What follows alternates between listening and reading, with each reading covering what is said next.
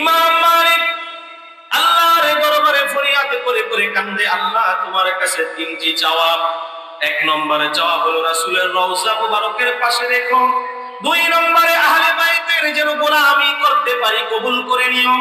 তিন নম্বরে তোমার কাছে চাওয়া আমার রাসূলের রওজা মুবারকের খাদেম হিসাবে আমাকে কবুল করে নিও। সুবহানাল্লাহ।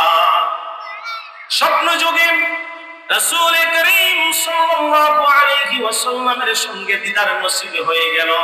আল্লাহর হাবিবকে ইমাম মালিক রাহমাতুল্লাহি আলাইহি জিগায়, ও প্রাণের নবী, মায়ার নবী, যদি আমাকে স্বপ্ন যুগে একটু আপনি বলে দিতেন আর কয়দিন দুনিয়ার মধ্যে বাঁচবো, আর কয়দিন দুনিয়ার মধ্যে থাকবো, যদি একটু আমাকে জানিয়ে দিতেন তাহলে আমি মক্কায় গিয়ে একটা উমরা করে আসতাম, হজের মৌসুমে হজ করে আসতাম। যদি একটু মেহেরবানি করে আমাকে জানিয়ে দিতেন। স্বপ্ন যুগে ইমাম মালিক রাহমাতুল্লাহি আলাইহি আল্লাহর হাবিব পাঁচটি আঙ্গুল দেখালেন। বলেন কয় আঙ্গুল? কয় আঙ্গুল? পাঁচ আঙ্গুল দেখালেন। আঙ্গুল দেখার সাথে সাথে ইমাম মালিক রাহমাতুল্লাহি আলাইহির ঘুম ভেঙে গেল। ঘুম থেকে লাফ দিয়ে উঠে চিন্তায় পড়ে গেল, হায় হায়, রাসূল তো আমাকে পাঁচ আঙ্গুল দেখায় গেল। আমি জানতে চাইলাম কতদিন দুনিয়ার মধ্যে বাঁচবো, কতদিন দুনিয়ার মধ্যে আসি, কিন্তু আল্লাহর হাবিব আমাকে সময় না বলে পাঁচটি আঙ্গুল দেখালেন। এখন এই পাঁচ আঙ্গুলে কি 5 ঘন্টা বাঁচবো, না 5 দিন বাঁচবো, না 5 বছর বাঁচবো, তা তো বলতে পারি না, বলতে পারি না। এখন পেশ লাগছেনি। এখন এই পেশ ছুড়ানোর জন্য জগৎ বিখ্যাত বিভিন্ন সময়ের আল্লাহর ওলিরা যারা স্বপ্নের তদবির করতেন, ওই আমলে মুহাম্মদ ইবনে সিরিন রাহমাতুল্লাহি আলাইহি তিনি ছিলেন একজন জগৎ বিখ্যাত স্বপ্নের ব্যাখ্যাকার। তিনি স্বপ্নের ব্যাখ্যা করতে পারতেন। ইমাম মালিক রাহমাতুল্লাহি আলাইহি খাদেমকে মুহাম্মদ ইবনে সিরিনের কাছে পাঠালেন যে যাও তার কাছে গিয়ে জিজ্ঞাসা করো যে রাসূল যে স্বপ্ন যোগে আমাকে 5টি আঙ্গুল দেখালেন, এই 5 আঙ্গুল দেখিয়ে আল্লাহর হাবিব আমাকে কি বুঝাতে চাইলেন, আমাকে কি দেখাইলেন, কি আমাকে ইনফরমেশন দিলেন, এইটা মুহাম্মদ ইবনে সিরিনের কাছে জানবা, তবে আমার নাম বলবা না। কারণ আল্লাহর ওলিদের গোপনের প্রেমের খেলা এটা দুনিয়ায় মানুষদেরকে দেখানোর খেলা না। কি বলেন ঠিক কিনা? এটা দুনিয়ার মানুষদের কাছে প্রকাশ করার খেলা না। আজকে আমরা যদি সাধারণ একটু মুসল্লি হতে পারি, হাসি হতে পারি, ইমাম হতে পারি, মুফতি হতে পারি, পীর সাহেব হতে পারি, আমার মতো এমন পর ফেরেশতার কয়জন আছে? এমন বাদশাহ ধরে, ঠিক কি বলেন ঠিক না? যে আমার মতো এমন বুজুর্গার কয়জন আছে? ইমাম মালিক রাহমাতুল্লাহি আলাইহি খাদেমকে বলে দিল, মুহাম্মদ ইবনে সিরিনের কাছে গিয়া তুমি স্বপ্নের ব্যাখ্যা জানতে চাইবা, কিন্তু খবরদার খবরদার আমার নাম বলবা না, পরিচয় বলবা না, গোপনে তার কাছে জিজ্ঞাসা করবা। খাদেম গিয়ে ডাক দিয়ে বলে, মুহাম্মদ ইবনে সিরিন, আপনার কাছে যে স্বপ্নের তদবির জানতে এসেছি। জৈনক ব্যক্তি স্বপ্ন যোগে রাসূলের 5টি আঙ্গুল দেখেছেন, এবার আপনি যদি স্বপ্নের ব্যাখ্যা করেন। মুহাম্মদ ইবনে সিরিন তিনিও তো আল্লাহর অনেক বড় বুজুর্গ ব্যক্তি, তিনি তো যেমন তেমন সাধারণ ব্যক্তি না। ডাক দিয়ে বলে, ও খাদেম, এই বিষয়টা জগৎ বিখ্যাত আলেম, বর্তমান সময়ের সবচেয়ে বড় রাসূলের প্রেমিক, রাসূলের হাদিস লক্ষ লক্ষ হাদিস যার সিনার মধ্যে আছে ইমাম মালিক, সেই ব্যতীত এই স্বপ্ন আর কেউ দেখতে পারে না। সুবহানাল্লাহ। কারণ এমন দামি স্বপ্ন ইমাম মালিক ছাড়া আর কেউ দেখতে পারে না। মুহাম্মদ ইবনে সিরিন ইমাম মালিক রাহমাতুল্লাহি আলাইহির স্বপ্নের ব্যাখ্যায় তিনি জানিয়ে দিলেন, আল্লাহ সুবহানাহু ওয়া তাআলা কোরআনুল কারীমের সূরা লুকমানের 34 নং আয়াতের মধ্যে এর উত্তর দিয়ে দিয়েছে। যে সূরা লুকমানের 34 নং আয়াতের মধ্যে আল্লাহ সুবহানাহু ওয়া তাআলা জানিয়ে দিয়েছেন।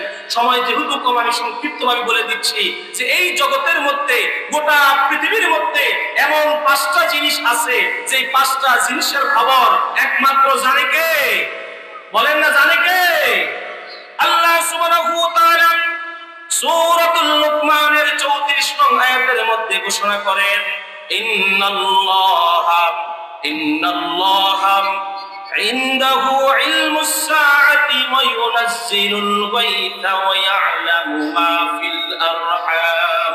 এখানে এই আয়াতের মাধ্যমে আল্লাহ সুবহানাহু ওয়া তাআলা আমাদেরকে জানিয়ে দিল, জগতের তোমরা শোনো, সমস্ত কিছু আমি তোমাদের মাঝে প্রকাশ করে দিয়েছি, কিন্তু 5টি জিনিস আমি আল্লাহ সুবহানাহু ওয়া তাআলা ছাড়া আর কেউ জানে না, ঠিক কিনা? 1 নম্বরে, কিয়ামত কখন হবে? আল্লাহর হাবিবের দরবারে সাহাবায়ে কেরাম গিয়ে জিজ্ঞাসা করতেন, প্রাণের নবী, মায়ার নবী, কখন কিয়ামত হবে? আল্লাহর হাবিব বলতেন, তুমি যে কিয়ামত সম্পর্কে জিগাও, এই কিয়ামতের জন্য তোমরা কি প্রস্তুতি নিয়েছো? কি প্রস্তুতি নিয়েছো? যদি আগামী মাসে কিয়ামত হয়ে যায়, আগামী কালে কিয়ামত হয়ে যায়, তোমার আমার অবস্থা হবে কি? কি বলেন, ঠিক কিনা?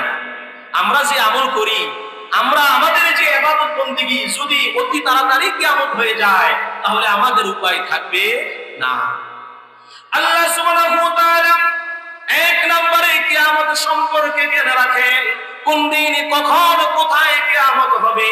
এই পৃথিবী ধ্বংস হয়ে যাবে, পৃথিবী শেষ হয়ে যাবে, এই জ্ঞান দুনিয়ার কারণে, এই জ্ঞান দুনিয়ার কেউ বলতে পারে না, একমাত্র একজন বলতে পারে। চিল্লায়া বলেন, তিনি কে? তিনি কে? 2 নম্বরে এমন জ্ঞানের কথা বলা হয়েছে, যেই জ্ঞান হলো পৃথিবীর মধ্যে কখন বৃষ্টি দিবে, পৃথিবীর মধ্যে কখন বৃষ্টির প্রয়োজন। আপনি আমি যখন চৈত্র মাসে, বৈশাখ মাসে, গ্রীষ্মকালে, গরমে হাহাকার করি, বৃষ্টির জন্য প্রার্থনা করি, নামাজ পড়ি, আল্লাহ সুবহানাহু ওয়া তাআলার যখন মনে চায়, আমার আল্লাহ তখনই জমিনের মধ্যে বৃষ্টি দান করে, ঠিক কিনা? দুনিয়ার কারো ক্ষমতা আছে?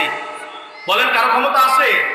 বর্তমানে আপনার এত বড় বড় অস্ত্র বানায়, অ্যাটম বোম, সুপার পাওয়ার আবিষ্কার করার পরেও, এত বড় যন্ত্রপাতি আবিষ্কার করার পরেও তাদের ক্ষমতা নাই আসমান থেকে আল্লাহ সুবহানাহু ওয়া তাআলার বৃষ্টিকে জমিনের মধ্যে নামানো। কি বলেন, ঠিক কিনা? মুহাম্মদ ইবনে সিরিন সূরাতুল লুকমানের আয়াতের ব্যাখ্যা করে 2 নম্বরে আমার আল্লাহ বৃষ্টির জ্ঞান রাখে, কখন বৃষ্টি হবে, কখন বৃষ্টির প্রয়োজন, কখন দুনিয়ার মধ্যে বৃষ্টি দিয়ে ঠান্ডা করে দিবে, শুকনো জমিনকে শান্ত করে দিবে, শীতল করে দিবে। এই সময়টা কেউ জানে না, বৃষ্টির খবর কেউ বলতে পারে না, একজন বলতে পারে, তিনি হলো আল্লাহ। তিনি কে? 3 নম্বরে, মার পেটের মধ্যে সন্তান যখন থাকে, সন্তান মার পেটের মধ্যে 10 মাস 10 দিন বা কম বেশি মায়ের পেটের মধ্যে থাকে, সন্তান কি অবস্থায় আছে, সন্তান কেমন আছে, ছেলে আছে না মেয়ে আছে, জগতের কেউ বলতে পারে না, একজন বলতে পারে, তিনি কে? তিনি কে? যদিও বলতে পারেন তো হুজুর, এখন তো আল্ট্রাসোনোগ্রামের মাধ্যমে জানায় দেয় হওয়ার আগেই যে আপনার পেটের মধ্যে কি আছে। কিন্তু মনে রাখবেন, এই আল্ট্রাসোনোগ্রাম করার জন্য কমসে কম 6 মাস সময় লাগে। কি বলে, ঠিক না? কমসে কম 6 মাস সময় লাগে। এরপরও আমরা দেখি যে অনেকের বাচ্চা ডেলিভারি হয়ে যাবে, আল্ট্রাসোনোগ্রামে বলছে ছেলে, ছেলের খবর শুনে গ্রাম পরে মিষ্টি খাওয়াইছে, এরপরে হইছে মেয়ে। এমন খবর আছে না নাই? এটা হচ্ছে মেশিন, যন্ত্র, এখানে ভুল হতেই পারে। এই জ্ঞান দুনিয়ার কারোর মধ্যে নাই, একজনের কাছে আছে। তিনি কে? আল্লাহ সুবহানাহু ওয়া তাআলা মার পেটের খবর রাখে, মার পেটের খবর দুনিয়ার কেউ জানে না। সন্তানকে কখন মার পেটের মধ্যে খাওয়াতে হবে, সন্তান কতটুকু শ্বাস নিবে, সন্তান মার পেটের মধ্যে কখন লড়াচড়া করবে, মার কলিজায় কখন আঘাত দিবে, সন্তান ছেলে হবে না মেয়ে হবে, দুনিয়ার কেউ জানে না, কেউ জানে না, একজন জানে, তিনি আমার আল্লাহ। আল্লাহ সুবহানাহু ওয়া তাআলা 3 নম্বরে মায়ের পেটের খবর আমার আল্লাহ জানে।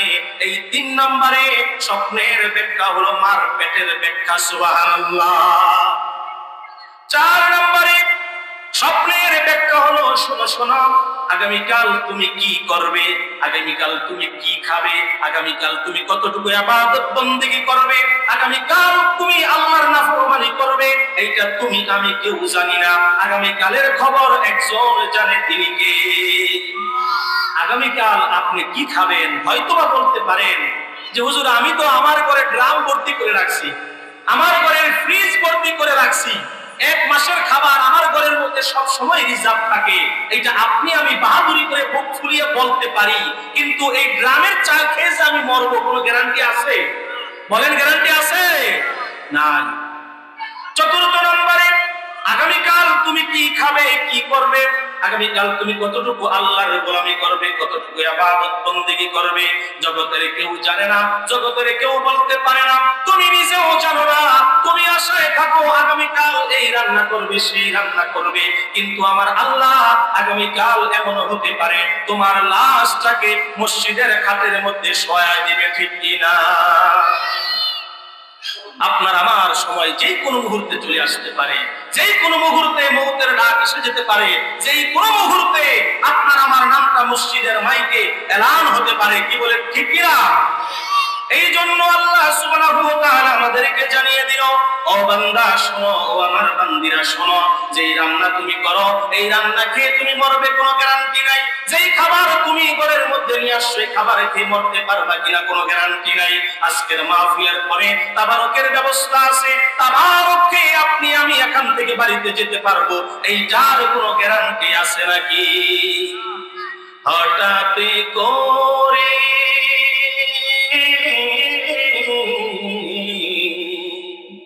হঠাৎ করে শুনবি একদিন আমার মৃত্যুর খবর,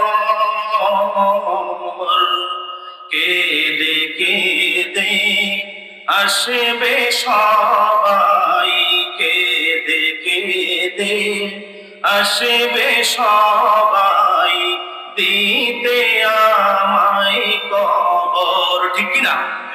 হঠাৎ একদিন মৃত্যুর খবর যখন শুনবে, কান্না করতে করতে ছেলে মেয়ে আত্মীয় স্বজন সবাই চলে আসবে আপনাকে আমাকে কবর দেওয়ার জন্য, আপনাকে আমাকে মাটির মধ্যে রাখার জন্য। এই জন্য আল্লাহ তাআলা আমাদেরকে জানিয়ে দিলেন 4 নম্বরে আগামীকালের খবর তুমি জানো না।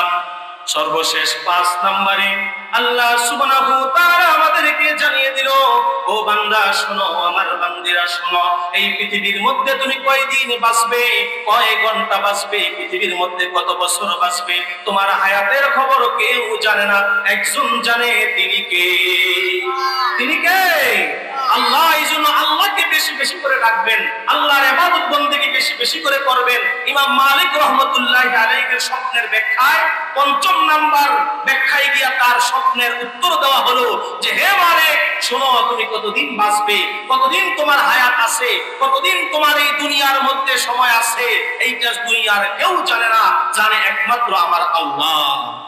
ইমাম মালিক রাহমাতুল্লাহি আলাইহি রাসূলকে যেমন ভালোবেসেছেন, রাসূলকে যেমন মহব্বত করেছেন, রাসূলের ভালোবাসায় নফল উমরা পর্যন্ত করা বন্ধ করে দিয়েছেন, মক্কায় যাওয়া বন্ধ করে দিয়েছেন, যে আমি যদি উমরা করার জন্য মক্কা যাই, মালাকুল মউত যদি জান কবজ করে ফেলে, তাহলে তো আমার লাশটা হয়তো মক্কার গুরুস্থানের মধ্যে হয়ে যাবে। আমি চাই মদিনার গুরুস্থানে জান্নাতুল বাকিতে, যেই জান্নাতুল বাকিতে শত শত সাহাবীরা শুয়ে আছে রাসূলের কদম মুবারকের পাশে, আমি চাই আমার জায়গাটুকু যেন আল্লাহ এখানেই কবুল করে নেয়, বলি আমিন। অতএব ওলিয়া উলিয়াদের ভালোবাসা, রাসূলের ভালোবাসা, এই ভালোবাসা, এই মহব্বত কখনো বিফলে যায় না। একবার রাসূলকে ভালোবেসে দেখেন, একবার আউলিয়াদের সঙ্গে মহব্বত করে দেখেন, কানেকশন লাগায় দেখেন, দেখবেন যে এই কানেকশন আপনাকে আল্লাহর জান্নাত পর্যন্ত পৌঁছায় দিবে, কি বলেন ঠিক কিনা? ইমাম মালিক রাহমাতুল্লাহি আলাইহি ঠিকই তার মনের চাওয়া অনুযায়ী, ইচ্ছা অনুযায়ী তার মৃত্যু মদিনাতেই হয়েছে, আর মদিনার জান্নাতুল বাকিতেই তার মাজার শরীফ করা হয়েছে, মদিনার জান্নাতুল বাকিতেই তিনি শুয়ে আছেন। যে ইমাম মালিক রাহমাতুল্লাহি আলাইহি নবীর ভালোবাসায় এই মদিনার মধ্যেই তিনি হাদিসের ক্লাস চালু করে দিয়েছেন, সুবহানাল্লাহ। গোটা পৃথিবীতে যার হাজার হাজার ছাত্র, সেই ইমাম মালিক রাহমাতুল্লাহি আলাইহির মতো ভালোবাসা যেন আমরাও অর্জন করতে পারি, নবী প্রেম, ওলি প্রেম যেন আমাদের মধ্যে আমরা অর্জন করতে পারি। আল্লাহ তাআলা আমাদের কবুল করুক, আল্লাহ তাআলা আমাদেরকে নবীর খাঁটি আশিক হওয়ার তৌফিক দান করুক। সকলে বলি আমিন।